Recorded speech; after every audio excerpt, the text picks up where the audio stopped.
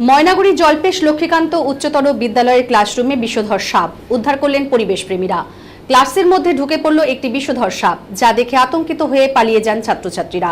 বন্ধ হয়ে পড়ে ক্লাসের পঠন পাঠন।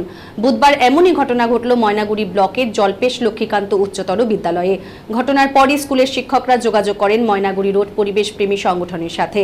তারা এসে সাপটিকে উদ্ধার করেন। তারা জানিয়েছেন, উদ্ধার হওয়া সাপটি গোখরো সাপ। এটি একটি বিষধর প্রজাতির সাপ। সাপটিকে উদ্ধার করে নিরাপদ স্থানে ছেড়ে দেওয়া হয়েছে বলে জানা গেছে।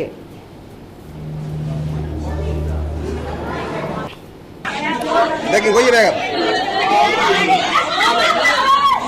दूर ना आपको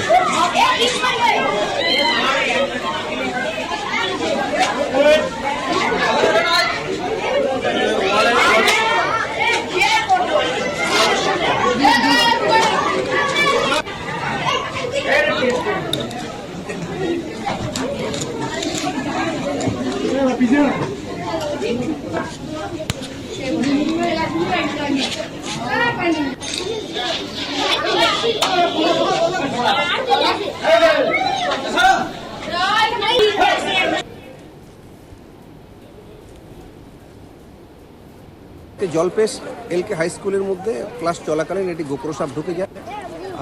আমরা আসি, আমি এবং আমার সহকর্মী অমল দুজনে এসে সাপটিকে রেস্কিউ করি। এটি স্পেকটেকেল কবরা। সাপটিকে আমরা এখান থেকে উদ্ধার করি এবং এখানে সাপ ঢোকার কারণে এই ছাত্রছাত্রীদের মধ্যে একটা আতঙ্ক ছড়ায়।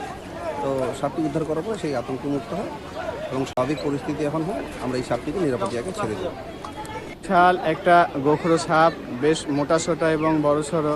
এর ফলে ছাত্রদের মধ্যে বেশ আতঙ্ক তৈরি হয় এবং আমাদের ময়নাগুড়ি পিপিএসকে ফোন করার পরে সঙ্গে সঙ্গেই আমাদের নন্দুদা চলে আসেন, অমল রায় সেও আসে।